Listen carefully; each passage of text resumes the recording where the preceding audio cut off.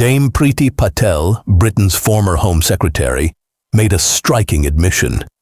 She regrets signing the 2020 Home Office report that downplayed the role of British Pakistani men in grooming gangs, calling it a clear case of institutional failure at every level. Don't forget to like the video, subscribe to the channel, and turn on notifications to stay updated. Another question for you when you were Home Secretary, and I know you are running out of time because you've got another interview to go to. I want to give you a chance to respond to this. This is the 2020 report into the grooming gangs by the Home Office. You wrote the foreword.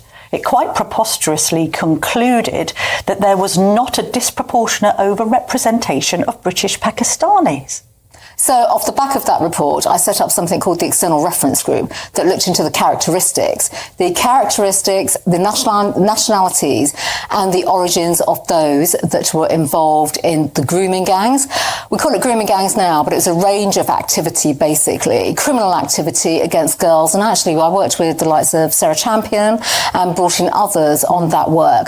And we got to remember at the time we had the J review taking place, so we were not in the position to start initiating new reviews. You have to have these ones. The J one was a big one. No, but do you regret putting your name to that report? Well, I think actually in hindsight, absolutely, because now we see so much more evidence that has come forward. And it is only through the further evidence, the effectively challenging of the institutional state failure that we've seen. Certainly that applies to the Home Office. There's no doubt about that.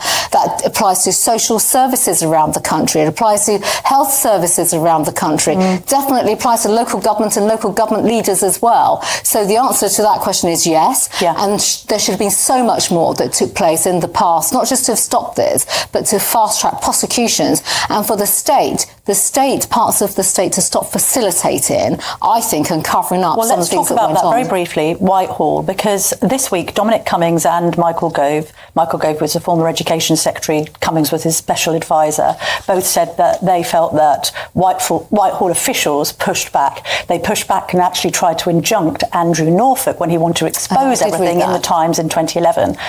Was one of the reasons you were pushed out of the Home Office because you wanted to crack down on this? So I'm very forthright, as people who know me know that I am, and I'm driven by driving outcomes and making sure that no stone is left unturned.